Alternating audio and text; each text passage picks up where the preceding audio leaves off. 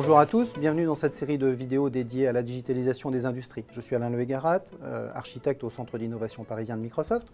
Et aujourd'hui, pour parler de la construction, j'ai le plaisir d'accueillir Grégory Christophe, directeur exécutif chez Accenture, qui couvre donc l'industrie de la construction au niveau mondial. Alors Grégory, au travers des échanges que tu as avec les clients dans tous les pays, est-ce que tu as des tendances à partager avec nous, des grandes tendances ? Oui, effectivement, nous avons la chance d'accompagner les principaux leaders du secteur et nos travaux de recherche, nos travaux de veille ont fait émerger trois grandes tendances. La première, c'est la mise sous contrôle des activités et de la croissance, qu'elles soient organiques ou externes. Les entreprises de construction, comme tu le sais, sont des entreprises qui sont décentralisées par essence. Chaque chantier est une petite entreprise, chaque projet a des spécificités techniques et commerciales, chaque compagnon est un entrepreneur. L'enjeu ici, c'est de convenir d'un cadre et de processus communs qui permettent de libérer l'initiative, définir un langage, une culture commune, un cadre partagé qui favorise l'entrepreneuriat. Et cette mise sous contrôle est vraiment stratégique, que ce soit pour les opérations historiques ou pour les acquisitions en territoire domestique ou au grand international. Oui, effectivement. Et la consolidation de cette industrie, de ces silos qui sont complètement morcelés, est un véritable défi au niveau numérique. Il y a plein de stratégies qu'on peut appliquer, mais ce qui caractérise ce segment, c'est effectivement la morcellisation extrême. Donc les solutions sur étagère, typiquement, sont des choses qui sont assez intéressantes quand on veut aller vite et qu'on a la chance de partir d'une page blanche. Avant d'arriver à cela, il y a une autre alternative qui est d'utiliser des démarches de cloudification de façon à fédérer des entités qui seraient hétérogènes, rendre en fait interopérables des systèmes qui n'ont pas été conçus pour cela parce qu'on a affaire à de la croissance externe ou autre. Je reviens sur les technologies, quand on a la chance de partir d'une page blanche, effectivement, des solutions par exemple comme Dynamics sont assez intéressantes quand on veut aller très vite vers un objectif et déployer une nouvelle fonction sans avoir à tout reprendre à zéro. C'est assez intéressant. Oui, et il y a d'autres caractéristiques sur ce segment ?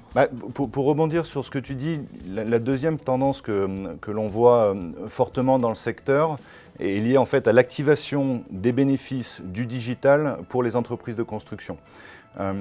L'amélioration de la productivité, de la sécurité d'un chantier passera forcément par l'industrialisation des processus et des méthodes, à la fois pour les phases d'ingénierie et pour les phases de construction.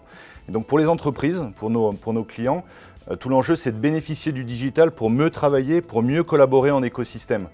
Il ne s'agit pas seulement de digitaliser les processus existants, mais réellement de réinventer les façons de faire. Et cette transformation digitale, elle sous-tend l'industrialisation et la révolution industrielle du secteur. Effectivement, en révolution industrielle, c'est bien le mot. Et mettre la donnée au centre de cette révolution est fondamental. Je me souviens d'avoir évoqué avec l'un de nos clients communs récemment l'idée d'aller placer des capteurs directement dans une coulée de béton de façon à pouvoir mesurer en temps réel la vitesse de séchage. Et quand on en arrive à ce niveau-là, ce qui est intéressant, c'est que ce n'est pas seulement la vitesse de séchage d'une coulée qu'on va regarder, c'est toute la chaîne amont et aval qui va pouvoir être reconsidérée. En amont, ça va être de transmettre le degré de séchage de la coulée aux gens qui vont préparer les bétonnières de façon à pouvoir les envoyer sur la route. Et en aval, ça sera effectivement de pouvoir maximiser l'atterrissage financier du projet complet. Ça n'est qu'un exemple en fait d'une chaîne complète. Mais ça on peut l'étendre, donc je viens de traiter la construction, on peut l'étendre aussi à la protection des personnes sur le chantier. Avoir la capacité en utilisant de l'intelligence artificielle par exemple, à définir des zones d'exclusion qui vont permettre d'alerter des compagnons quand ils sont au mauvais endroit, ou même de leur interdire l'accès, c'est juste extraordinaire. Et en dernier sujet, tu as parlé de processus métier tout simple, mais le quotidien des compagnons, c'est effectivement certaines tâches qui sont manuelles, voire pourquoi pas basées sur du papier, donc relativement lentes et sujettes à des erreurs. Et donc avoir la capacité à digitaliser ces tâches manuelles avec des plateformes modernes, typiquement à codage faible, est quelque chose d'assez intéressant. Donc on voit tous ces éléments aujourd'hui qui ressortent de ces séquences et qui permettent d'aller vers une optimisation des processus. Et en fait, ce que l'on voit là, c'est que ça s'inscrit dans une troisième tendance qui est bien évidemment la tendance liée au développement durable et plus particulièrement sur le volet environnemental. Les entreprises de construction ont un impact très élevé sur l'environnement.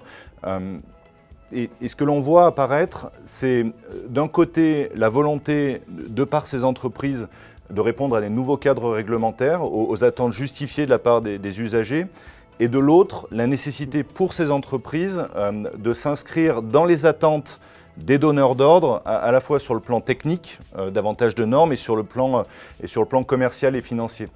Donc à partir de là, les entreprises sont face à un double enjeu, et la volonté est d'amplifier plutôt que de subir la révolution verte. En embarquant tout l'écosystème, les sous-traitants, les donneurs d'ordre, les architectes, pour une construction plus sobre et respectueuse des générations futures. Et ça a une implication directe, c'est qu'on ne peut contrôler que ce que l'on sait mesurer. Donc on en revient un petit peu à la boucle initiale. À partir du moment où on est capable de mesurer, de capturer de la donnée, d'ingérer cette information, on va avoir la possibilité de commencer à alimenter par exemple des jumeaux numériques du bâtiment. Et à partir du moment où on se projette dans cette dimension, de considérer le jumeau numérique d'un bâtiment, on va avoir la capacité en amont, avant même qu'il ne soit sorti de terre, de faire des simulations, et en aval de valider et pourquoi pas de simuler son vieillissement. Donc c'est l'un des premiers sujets, c'est mettre la donnée au centre en fait, de cette démarche. Déjà la collecter, c'est la première étape. Une fois qu'on l'a collectée, on va avoir la capacité à l'analyser et effectivement à faire des simulations. Et je pense que ce domaine de la simulation est vraiment fondamental dans ce domaine, de façon à projeter son impact carbone. Peut-être un petit sujet supplémentaire à rajouter, c'est la traçabilité, parce que la vie du bâtiment continue bien après, donc les déchets qui vont être générés typiquement à sa destruction font aussi partie de la chaîne, et donc le jumeau numérique va jusqu'à ce niveau-là. Qu'est-ce qu'on fera de tout cela? Oui, exactement. Et donc les technologies, elles vont accompagner à la fois cette révolution verte, la mise sous contrôle des activités, l'industrialisation des méthodes grâce au digital. Et on voit que le secteur est au croisement de nombreux enjeux. On y vit des transformations réellement historiques. Merci beaucoup Grégory. On n'avait que 5 petites minutes aujourd'hui pour faire le tour de ce domaine qui est très très large.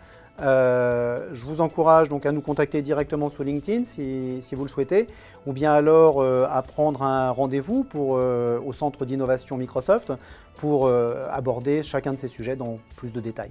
Merci bien, au revoir. Merci, au revoir Alain.